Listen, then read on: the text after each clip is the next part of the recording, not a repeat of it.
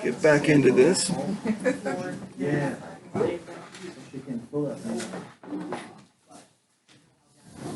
Okay, so when we talk about creation, so we're going to get onto us. Okay, we've talked about the angelic world.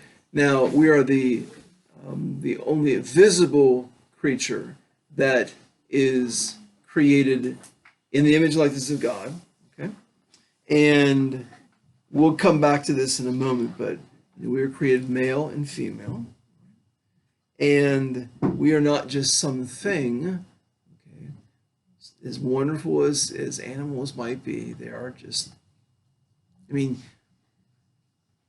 there is something unique. So I don't want to say, a bird and a rock, it's all the same thing. Obviously, no, rocks aren't living creatures. So there's something unique about a living creature. And there is something, unique, but they are more something than they are. They're not someone. Okay, you can't really say that, an animal is not. So a person answers to the question of who. Okay, in that sense. So an animal is a what. Okay, it's not a who. Okay, I'm not going to get into all this detail, or not get down that path. So, and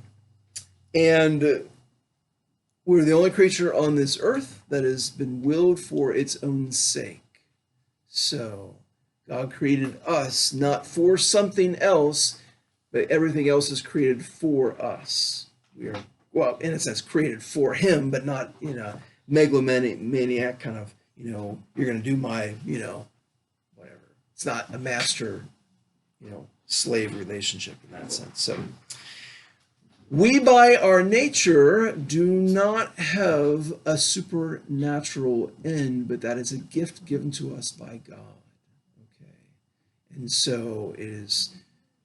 We're created, and that's awesome, but then we are given that supernatural end, and that supernatural end is nothing less than being able to share with God's own divine life. So that is an absolutely remarkable, just reality, just to say it the least in that sense. So it's the only thing that makes sense of our life is that supernatural end. It's the only way that our life makes sense.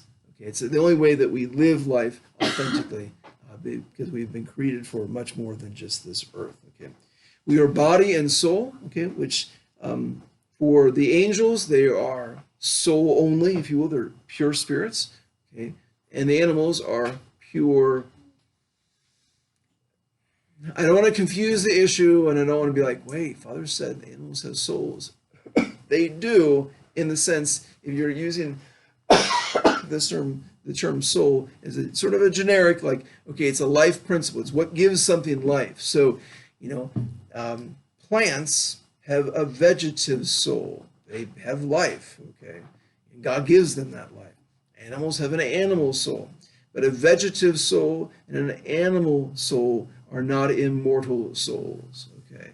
So, radically, they're not made in the image and likeness of God, but they have life. So, therefore, God is their creator, and they have a life principle called soul, but not to confuse issues. So our soul is utterly, utterly different. So our soul, I'll get back to that in a moment. So we are a body and soul. Our human nature is that unity, okay? Our bodies are not just the wrappers, for our soul. Obviously, the soul is what gives us life, physical and spiritual being the most important, but our bodies are part of the entire human nature that we possess. Okay, so our bodies are part of who we are, and it forms one single nature. So human nature, body and soul. Okay. Let's see. We in our souls, which is really kind of interesting. I apologize. I don't remember when I say what I say and where I say it exactly. But our souls, our bodies are physical. Our souls are transphysical. They're beyond physical. They're spiritual. Interesting enough, I'm not going to get into this, but there is evidence. Okay, you can't prove a soul's existence because it's transphysical. Science can't prove the existence of souls because science can't measure anything that's not physical. However, science can, and science has, and science is, looking at certain realities that actually point to, don't prove, but point to what we would call the soul. Okay, there are realities that science can demonstrate, that would say, well, there's something that is transphysical to this person.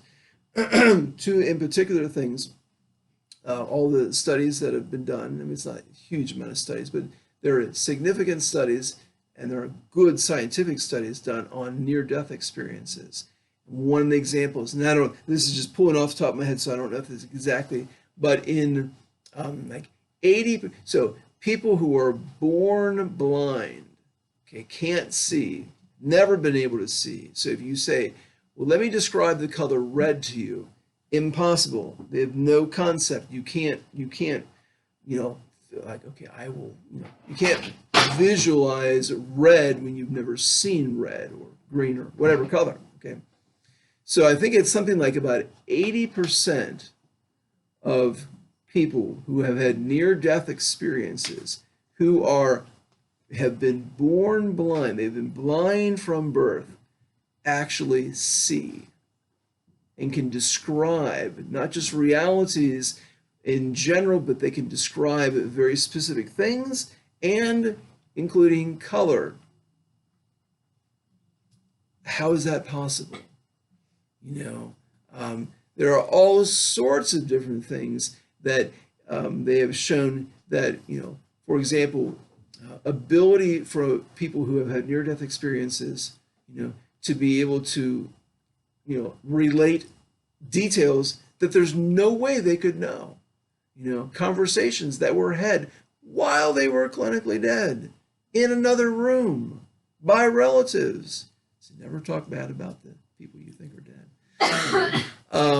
Or things that, all kinds of crazy things. You're like, that's not, and it's not just, well, that was a coincidence or this. But I mean, you have a certain statistical kind of rollout. You're like, okay, well, this can't just be by chance.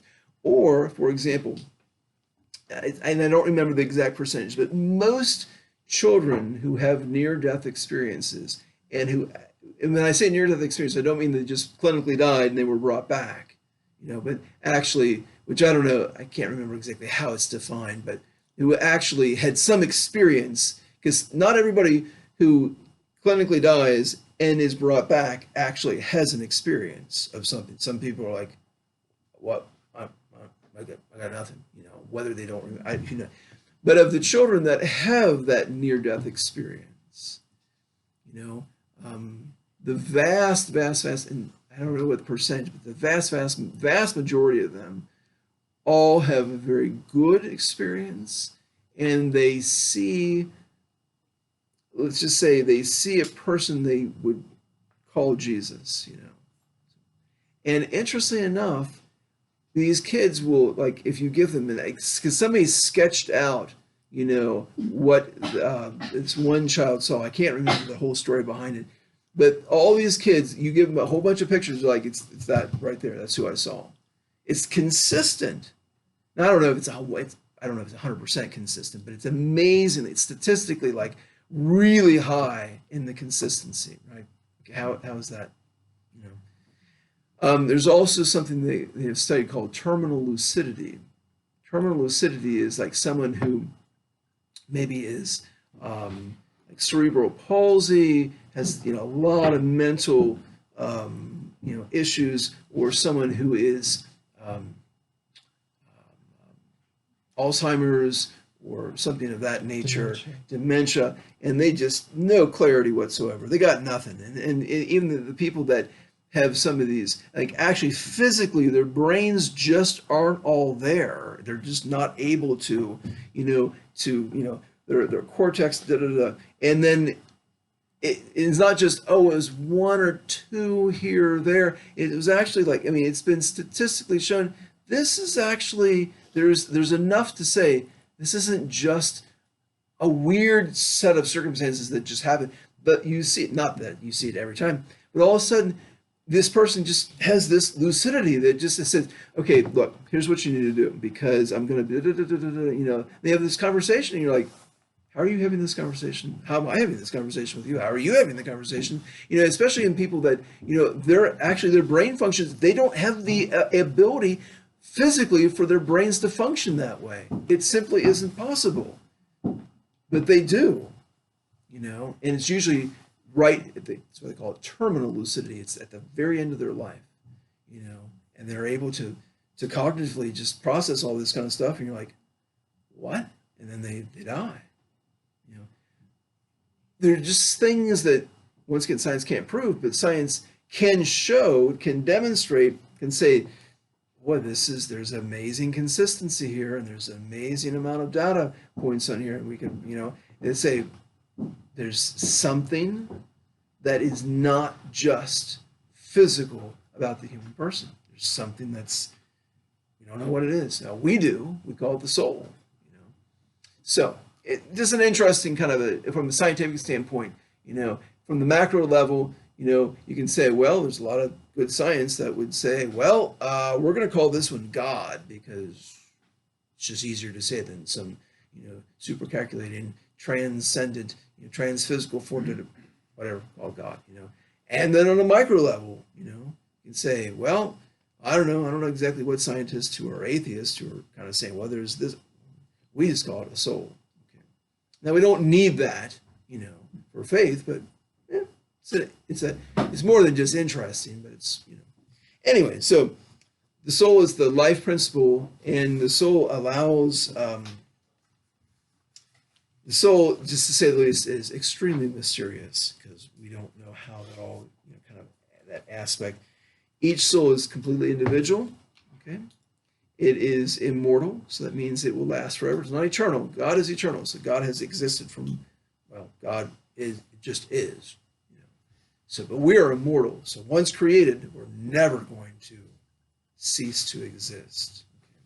Okay. Every soul will be, at the end of time, reunited to our bodies. Okay. So we call death, or we define death as when the soul leaves the body. We don't know exactly. I mean, you can say, all right, here this person is clinically dead. They have all the signs, you know, no brain stem, whatever. But we don't know. Obviously, once a person, so in other words, once a person looks dead, we don't know. It's not like all of a sudden, ding, ding, ding. But we know that death occurs. I mean, death is kind of it's a big topic, you know. What do you mean by death? What is death? You know, I don't know. You know, the church, classically speaking, as a rule of thumb, used. I was never taught this in seminary, but I learned it subsequent, you know, that, so, for example, the last rites, in particular, the anointing of the sick, or extreme unction, whatever you want to call it. So sacraments do not avail someone who is truly dead. Once you're dead, you're beyond the reach of sacraments. We can't, you're beyond our reach. Okay, can't do anything, can pray for you, but can't do anything sacramentally. Okay, sacraments are for the living. Well, the church doesn't want to just be like, nah, you look pretty dead, so we're just going to assume you're dead. The church wants to actually assume, okay, well, you could, you know, it's kind of like that silly movie, The Princess Bride. Well, he's only mostly dead. You ever seen that movie? So it's a big difference between whatever that great scene, you know. Well, there's a little bit of truth to that in the sense like, well, we don't really know. It's not like, well, you're 90% dead. You're only, you know, it's not a percentage, but we don't know. So as a rule of thumb, at least classically speaking, you know, the church would say that if the body is still warm, there is a chance that the soul is still there. And I'll tell you a story with this as well, but actually, oh gosh, I don't know. Yeah, I guess maybe. So, and then the person is conditionally anointed. So if you are alive, so if you're not, then you're not doing anything. But if you are alive, so I'll tell you the less, although I still wonder if it possibly. So I grew up, my mother's next oldest brother. Okay, I knew the oldest brother, but I never knew this brother. I never knew her younger brother died at childbirth, and then her that middle, anyway, the second son, I didn't know him, but he fought in World War II. And make a long story short, he contracted malaria over there, and he also was wounded by a bomb, shrapnel, and they never could get all the shrapnel out. So they're not really sure what happened. But I guess my grandmother got a call. This is probably, let's see, he was over there for like 3 years. And I think maybe in 47, maybe it was 2 years. I can't remember. He died in 47 or 49. Anyway, not important. So in the middle of the night, she gets a call. It's the hospital. It's the morgue. I guess he hit a steel, I don't say utility pole, whatever, power line.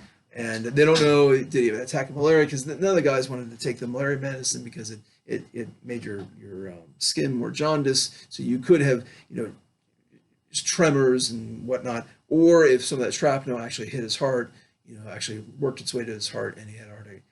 I don't know if they ever did an autopsy or anything. So he's in the. So I always heard the story, and they never, soon after I was ordained, I was at a priest gathering, and I'm like,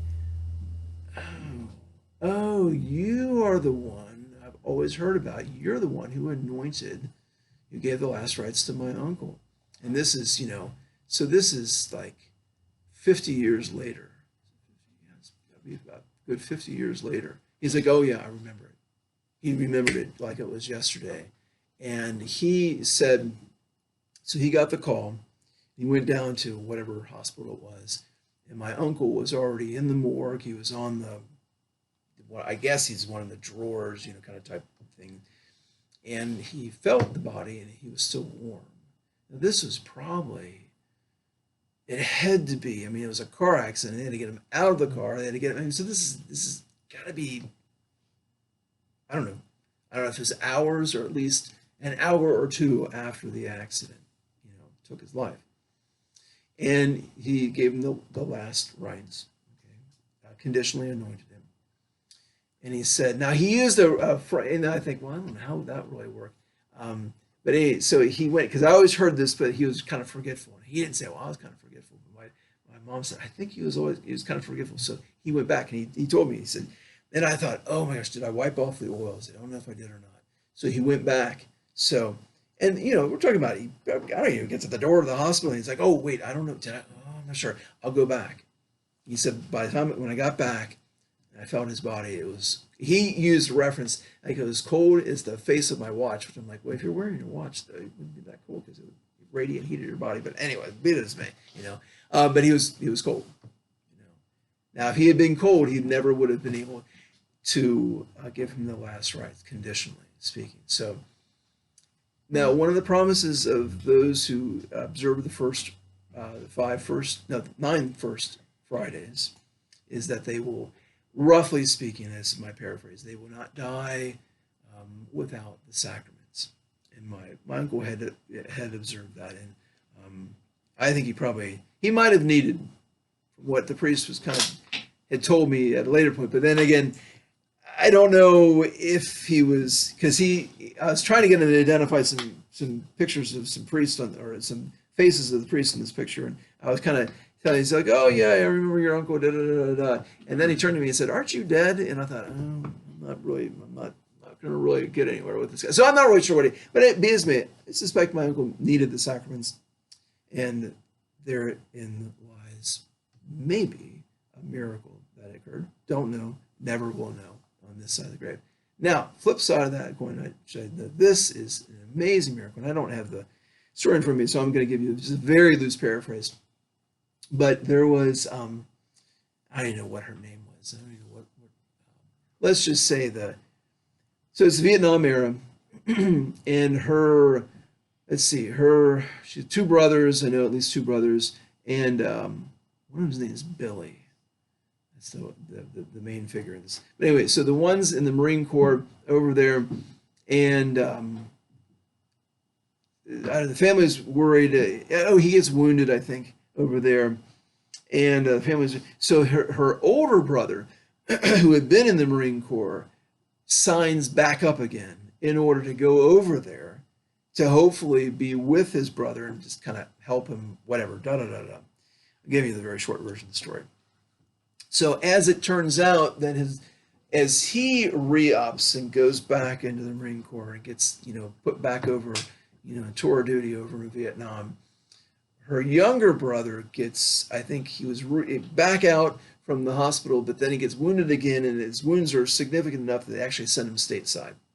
So here's his brother, her older brother Billy, who's over there, and he tells him, "Oh, I got some desk job," and so like, well, he didn't have a desk job. He was out in the field and he was in the thick of things.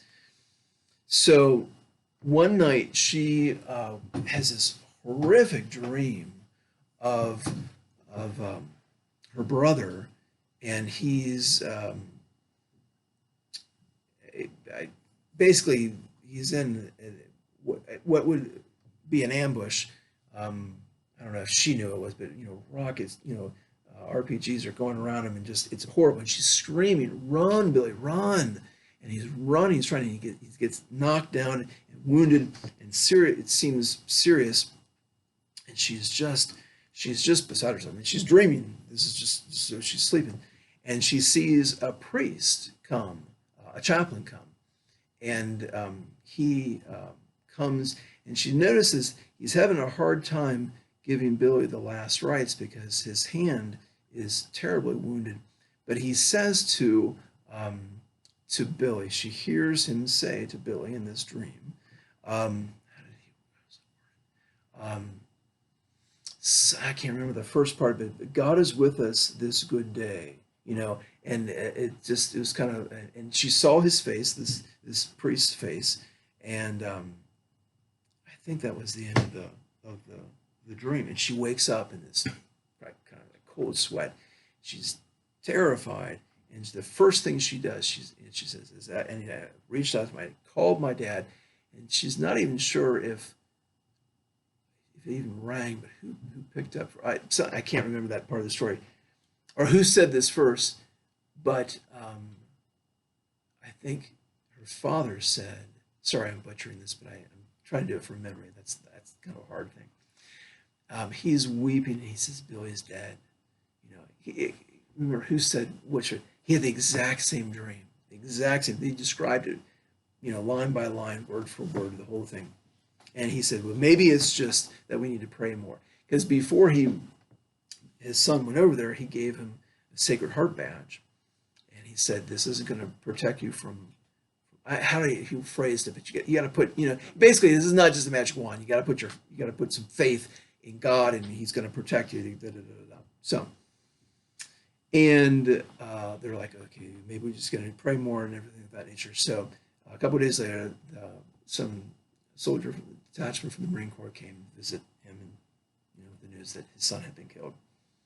As they find out the events, his whole unit gets wiped out in an ambush. He's the last one of his unit to be still alive when another Marine unit, gets there, and this Billy says, "You've got to find that priest and thank him for helping me to die well." And the Marine who comes, they're like, "Here's are his personal effects." Or eventually they get the personal effects, and the Sacred Heart badge is just all bloodstained and everything like that. And they said, "We don't know. They didn't have a chaplain connected to their unit. We don't have one. We don't know who he's referring to. We have no idea." And so, and interesting enough, the father could describe this priest, exact same words, same face, all the details exactly the same. Had no idea, you know. So years go by, and they, you know, they're thinking they're never going to find this priest, you know. And so when her father dies, he's like, it kind of renews. You gotta somehow you gotta find this priest to thank him. And she's just thinking, I'm not gonna. There's no way I can do this. So one day, someone emails her an article about this priest who is cause for canonization. Who's a servant of God. I don't think he's been beatified yet. Father Vincent Capodanno, who was referred to as the nickname the Grunt Padre, because he was attached with the Marine Corps, and he would always go. I mean, he would just go with them on every mission. He was out in the very front lines and everything like that. And so, you know, she's kind of reading the article, and all of a sudden there's a picture, and she's like, that's the priest. That's the priest that I saw and my father saw, and we described him exactly the same. And I mean, they never knew nothing about him. And she's reading the article, and I think it was, I'm just going to take a random date. I don't know. I think Billy died on I think his unit was ambushed like September 10th of 1974, let's just say. I have absolutely no idea if these dates are, they're nowhere close, or they're in the, you know what I mean. And she's kind of reading through, and she's like, oh, you know, and he had this habit, something his classic line to these boys were, you know, something like, it wasn't "don't worry," but it was something, you know, God is with us this good day. It was his classic line that he used, and he really had this incredible effect on so many of these young boys. And that she's kind of looking down. She's like, oh, this is amazing. And she's like, the wounds, and they describe it. He had been hit by a mortar shell and blown off part of his hand, and he was trying, you know, and he's like, it's exactly what I saw. I mean, she saw all this, you know, and then she just absolutely, her heart stops, because I think, like, say, for example, Billy died on, like, he was ambushed on, you know, September 10th, whatever I said, 1974, whatever.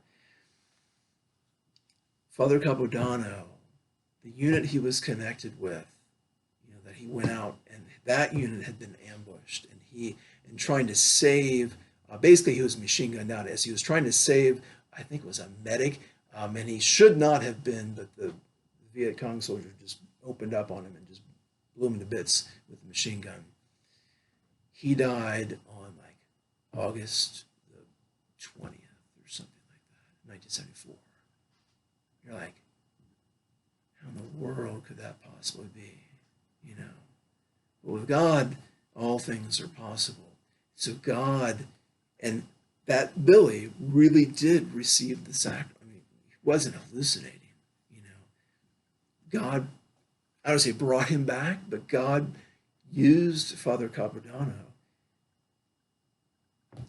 And that's just that's truly a miraculous, like, oh my gosh, that's just amazing. And it's a story that if you don't, I think it's probably starting to be circulated a little bit more about Father Capodanno, but if you don't know, you can read, because I don't think it's in a lot of the original stuff that came out with Father Capodanno. That wasn't, because nobody knew the story. And until this family started saying, you need, and you know, you can actually see a picture of them, the Sacred Heart badge that whatever is Billy, I know was his first name, that's what they called him. So amazing, amazing story, you know, that, I don't know. So where did we, oh, so yeah, so when the soul leaves the body, it's death. Okay. Don't know exactly when God creates the soul. God creates the soul. It's not something that the husband and wife have anything. I mean, they cooperate with God's gift of life, but they don't that creation, because it's transphysical. It's not something that we can, you know, it's not just a physical reality. God creates that soul as an individual. It's not sort of an emanation. It's like a little Genesis, you know, in a sense. We don't know when exactly the soul is created. We presume that it's created at conception. But it's not something that God's got a whole bunch of them. It's just they're not already previously created. They're created at that moment, whatever that moment may be. But we're going to presume it's conception. Seems logical, but it's not something we can logically conclude, but we can't absolutely know. But the church says, well, because it could be at conception, therefore life, we're going to just assume life begins at conception and therefore is sacred from that, which is the point of, beginning. So it's sacred. It's not, oh, the ensoulment happens, 2 weeks after, therefore you can know. So that's why the church says from the moment of conception, life is sacred, period. So the soul gives us the powers of intellect and will that we share with the angels, not on their same capacity, not on their same level of power, of intellect and will, but we have intellect and will so we can know God, we can know the truth, and we can choose, the truth. So the image of God, we were created in the image and likeness of God, is principally in the soul, because the soul and the body, or our human nature, is so intrinsically connected, okay? It is one nature. Our body shares in that, but it's not like, oh, well, so it's image and likeness, so therefore God looks like, because God is pure spirit. So our soul is that primary, but the body shares in that dignity, but it's not like somehow God looks like us all mushed together or something like that. This could be a huge, long topic, and I'm just going to throw something out here with this, but God has willed us to be male and female, okay? There are no other options on the table. Never have been, never will be. That's not I'll come back to what about people that are struggling with, I'll come back to that in a moment. But we equally share the image and likeness of God, so one is not better than the other. In Genesis 1, it says that God, created the male and female, Now in Genesis chapter 2, we have, and there's some beautiful aspects, it's almost, I would say, this is not a definitive, this is my opinion just based upon what things I've heard from some people, some professors and whatnot, that I think Genesis 1 is kind of the big picture and Genesis 2 is kind of the kind of like, okay, let's get that camera in a little bit closer. I don't think there's two creation stories, but that's just my personal opinion. That's a minority, opinion, I think.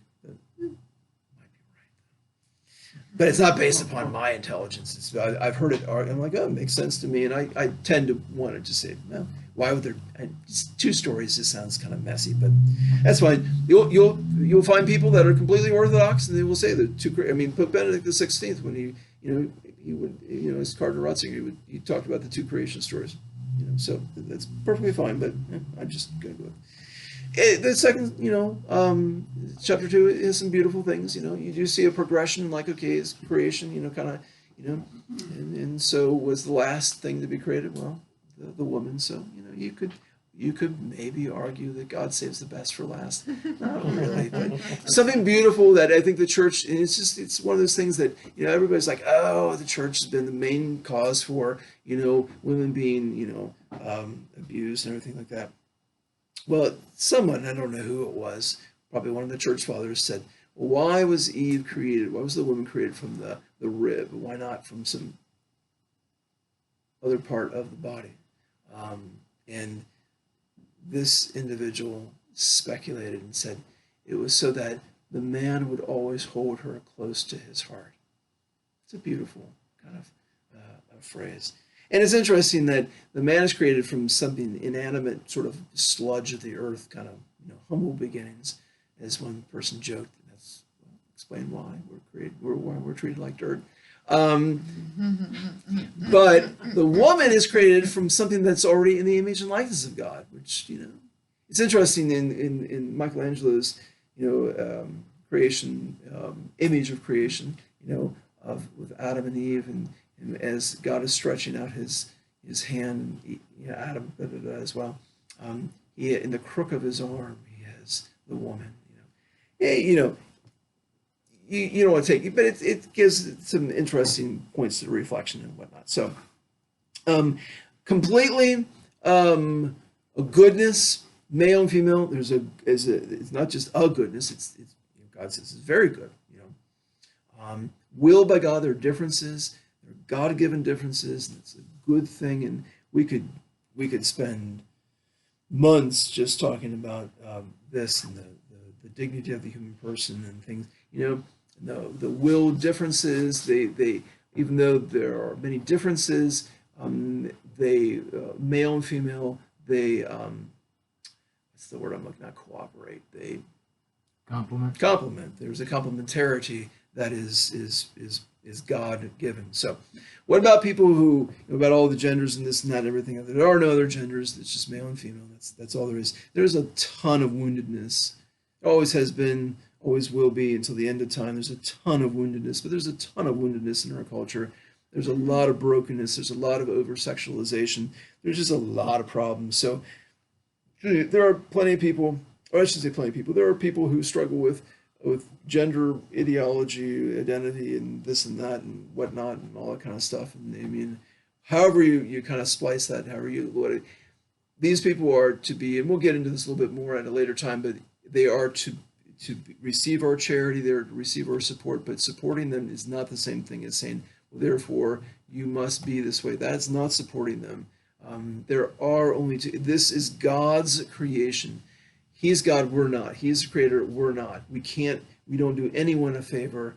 And honestly, I think a lot of this is fomented by the enemy, ultimately. He's the one he's got his mystical body, he's got his primary and secondary actors kind of working in the whole thing. And there are a lot of people that are just using these people. I should say a lot of people. There are some people that are just using these people for power. I mean, not to be cynical, but it's more about there are very powerful people in our culture. They don't give a flying hoo-ha about people who are struggling with homosexual, identity issues or gender ideology. They don't care about them. But if you want to change, if you want to get power, you gotta break down the culture. How do you break down the culture? Well, you break down morality. You make everything. So this is not something to be like, well, we have to be charitable, but that does not mean that we have to buy into. It is the people who struggle with these attractions and confusions. They are not the problem. Okay. And they are not, the activity is not the same thing as the person. Let me just kind of put this out here, and maybe it will get, but I don't know. I may not be teaching this section. Father Hess might be teaching that section, and I just think this is an important point, not because it's my point, because I don't have any original ideas. Well, the dumb things are original. The smart things, you're like, yeah, that was pretty smart. I got it from somebody else. Don't worry. So it's interesting in today's culture. Okay, we are very, called to be politically correct, and some of it's fine. Whatever. We don't want to strain the gnat and swallow the camel. Okay, so fine. Back in my day when I was a kid, when somebody came around and you got those little cards that was the sign language, and because they would say I'm blind and deaf or whatever it is. We would say, okay, there's Jimmy and he's blind. Okay, I get it. Jimmy should not be defined by a lack. Got it. So what, Jimmy? Oh, he's a blind kid. I get it, and I'm perfectly good with saying, okay, there's Jimmy, and he has a visual impediment, or however you want to define that. Perfectly fine with that. I mean, it makes sense. I mean, Jimmy is more than just some blind kid. Okay, got it. Wonderful. Good with that. Even you say, well, there's Bob, and he's an alcoholic. Okay, there's Bob, and Bob struggles with alcohol addiction. All right, I'm good with that too. Even if you start going to drug addiction, this and that. Okay, that person should not be defined by their weakness or by their, maybe their fault, may not be their fault, a combination thereof. I get it. I'm fine with that. No problem. Isn't it fascinating that you say, well, there's Johnny and he's gay. Now, if I were to say, Johnny struggles with homosexual tendencies, I am a homophobic person. I am a hate monger. I have rejected him. Wait, why did I reject him? I just said he struggles with homosexual inclinations. You hate him. Wait, why do I hate him? Because you're not accepting him. Wait, what? How does that work? I can't call John, well, I forgot who else, sorry. I can't call Jimmy blind, but I can call Johnny gay. Wait, how is he defined by that one attribute of his life? Well, it doesn't make any sense, okay, if you logically think about it, unless you're like, oh, there's an agenda here. Got it. Okay, the agenda is, because if you equate, I don't know who I'm talking about, Jimmy or Johnny, I don't know, Johnny with the behavior, the inclination, and say they're one and the same, you reject the behavior, you reject him. Okay, which is not what we're doing, but it's a clever way to say, oh, you have to accept the entire package because that's who Johnny is. They don't do that with anything else except this. And with gender ideology and all that kind of stuff. Isn't that interesting? They're planned, and I don't want to be like all conspiratorial, but I mean, they've actually, I mean, they had a plan. Part of their plan was they wanted to streamline this into Hollywood, you know? So you have this movie, you're like, oh, this is a good movie. Oh, wait a second. The hero is, all of a sudden you're like, well, wait, I didn't see that coming. Well, yeah, you weren't supposed to see it coming until the very, like, oh, this guy's great. That's interesting. Or, well, everybody, you want, why is it, the people are like, they're the nice, I would like to have a neighbor like that. Man, I wish I had a neighbor, I'd have 5 neighbors like that because they're just the nicest people. They give you pumpkin pies all the time with extra whipped cream. It's great, it's all part of the, and it's not, and the church would say, well, we're not going to get into all this, but, let's just put it this way. There's a woundedness in all our lives, and that's part of the self-awareness, part of St. Ignatius's whole kind of thing is you gotta know, you gotta understand some things because the enemy understands me, he's gonna manipulate him. And so, great, yeah, anyway, I'll just end, well, not end because we got a couple more minutes, so I'll end on that point, So, let me just, the whole thing, because people are like, well, was there really, Adam and Eve? Gosh, because that's just really storybook and everything like that. So let me quickly just kind of put it out here. How do we understand Genesis? Okay, how do we get Genesis all kind of wrapped up in and because a lot of times you'll be like, that's just a story, just a myth, Sometimes people will use that word myth. I don't like using the word myth to refer to Genesis because myth in our sort of in our common usage of that word, we tend to think, oh, myth, that didn't happen. That's like Paul Bunyan, that's a myth. Okay, that didn't really happen. Okay, I don't think it really happened. Genesis uses some very, as the Catechism says, figurative language to describe real events.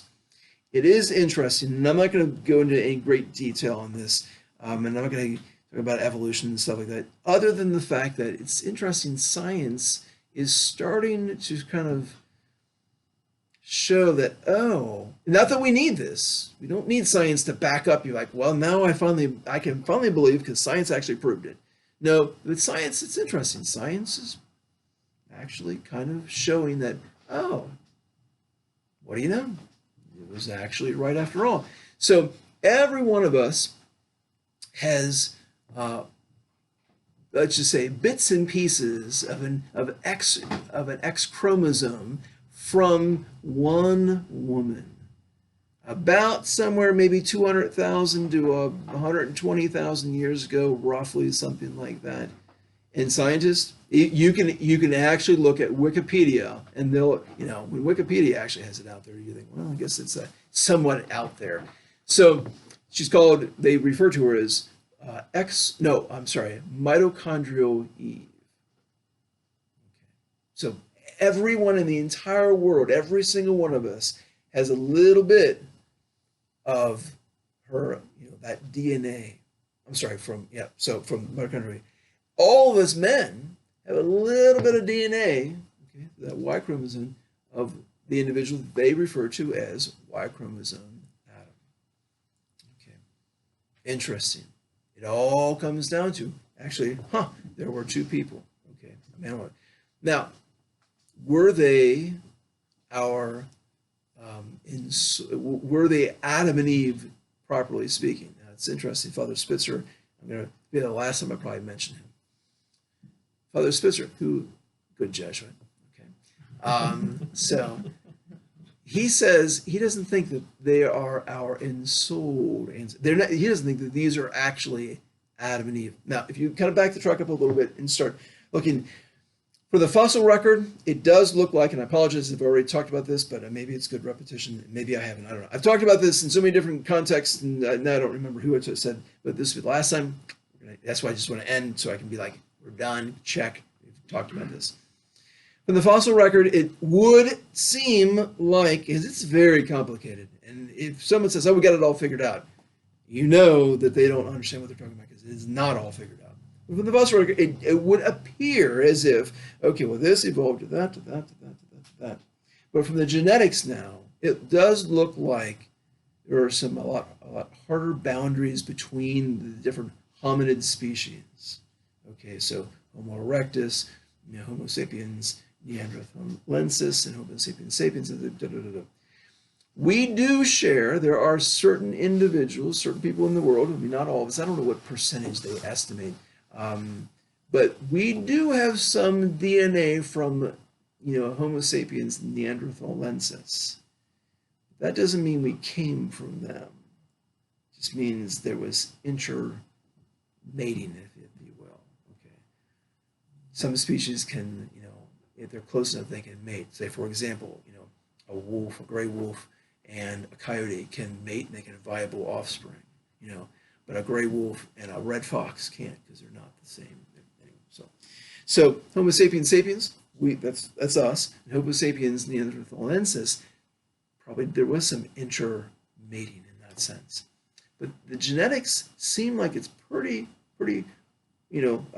clear boundaries. Okay, so the genetics are starting to make them have to reevaluate, kind of like, well, maybe this isn't right. So they estimate about maybe 1 million years ago, the Homo sapiens line, which didn't necessarily like, well, there was this and there was that. It's not necessarily like all this hominid kind of progression to be like, and then all of a sudden you got the Homo sapiens.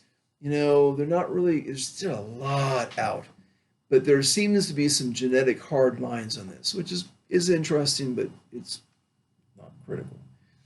So about 1 million years ago, there's a break, it seems like, in the Homo sapiens line. So you have Homo sapiens sapiens, that'd be us, and Homo sapiens neanderthalensis. Like I said, about 200,000 to maybe 120,000 years ago, they're estimating you've got these two individuals, mitochondrial Eve, Y chromosome Adam. That's where we come from. We traced our genetics directly back to them. But as Father Spitzer says, he doesn't think they are Adam and Eve of the Bible. Okay, he is about. I mean, what they're kind of in that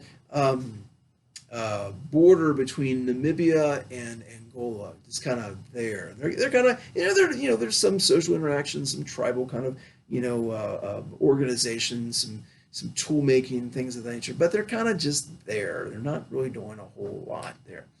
And then all of a sudden, and I don't know all the details, like all the evidence to support this, but all of a sudden, about 70,000 years ago, there is this kind of weird explosion of a lot of different things. For example, of language, and I'm not going to go into all the details and all the details of the details, but of language, of the fact that we're starting to bury our dead and actually with things, with objects, which would seem to kind of indicate we have a perspective that somehow they're going to survive this, this death. Okay, there is this immense migration. All of a sudden, man, they're going all over Africa and into Europe, into Asia, into all these, and then over the Bering Strait, the land bridge, into North America, into South America. I mean, and this is happening they're walking for the most part, I guess.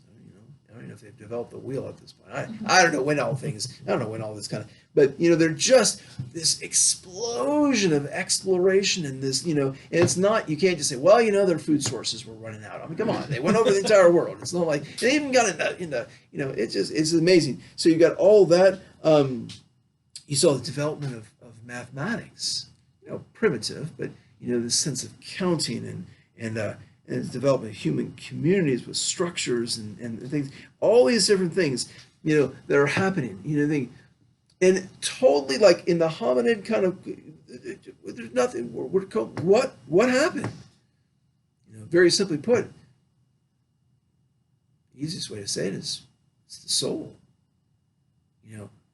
That could be, seems to, from a scientific standpoint, of when something all of a sudden happened that made human beings, Homo sapiens sapiens, unlike any other hominid before them, or even in that period. Homo sapiens neanderthalensis is not doing this. Not, all that kind of stuff. So this is still very, very complicated, and there's a lot of details that have not been worked out by any means. But it's interesting from the standpoint of,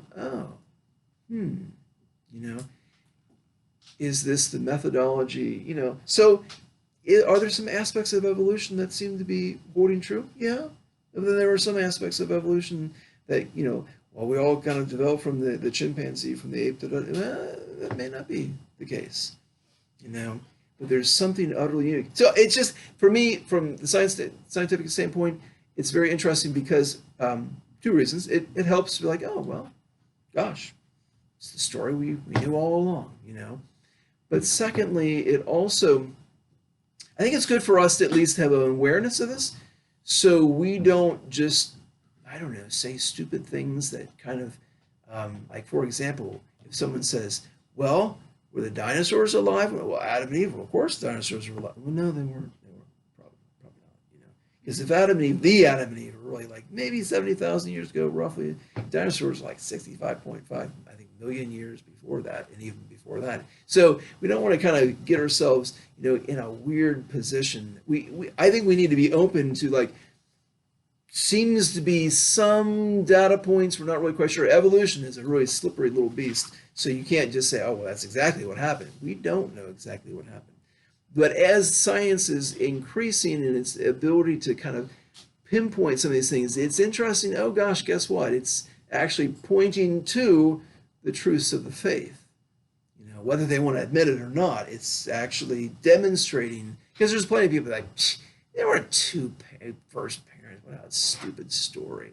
Oh, well, genetically, they've actually proven that. So, it's like, oh, gives us a little extra, something to think about and just, Anyway, I'll just end with that. So, have a very blessed Thanksgiving. Did you know that the first Thanksgiving was not with the Pilgrims?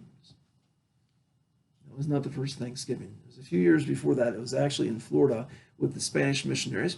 First thing they did was they had a mass with the natives. The whole thing is like the classic Thanksgiving, not with the pilgrim hats or anything like that. No pilgrims there. All Catholics with the natives there. So they had Catholic, priests and probably Franciscans, because they were Spanish Franciscans were all over the place. But they had something, the Spanish, the soldiers and whoever else, and they had the Spanish missionaries, the priests and everything like that. And they had a big mass, okay? And it's thought, that's maybe thought to be the first mass on American soil. I'm not really quite sure about that. And then they had the well, not the classic Thanksgiving spread that we have, but they had Thanksgiving dinner, of sorts with the natives. That happened, I don't know how many years before, but it might have even been up to 20 years before the Pilgrims. But we're not a Catholic country. If we're a Catholic country, then we might be thinking, oh yeah, this is exactly, we were more of a Protestant country. And so the Protestant Thanksgiving got on our books. But so, I don't know, one of those interesting things. And did you know as well, and I'll let you, that here's the famous, the Indian, Squanto, with that, he was Catholic. He became Catholic. Actually, interesting enough, he had been sold, I think, if it's pulling from the back of my brain, which is always a little dangerous, I think he was sold into slavery by the English, I think, which were, and I'm not trying to be nasty to any of our Protestant brothers and sisters, but Protestant, okay? And he was somehow, I can't remember how it was, but because of how he was brought out of slavery, but because of the Catholic influence, he became Catholic and ended up coming back to, which would eventually become the United States, and being like one of the heroes of the first Thanksgiving. I don't know. So you can look it up. I mean, and it's something that's actually anyway. I'm just going to give you a blessing and have a very blessed Thanksgiving. May Almighty God bless you, the Father and the Son and the Holy Spirit. All right. Thank you. My pleasure. As I told the kids, eat lots of whipped cream. Life is always better with more whipped cream. With real whipped cream. Yeah, that's right? true. Yeah.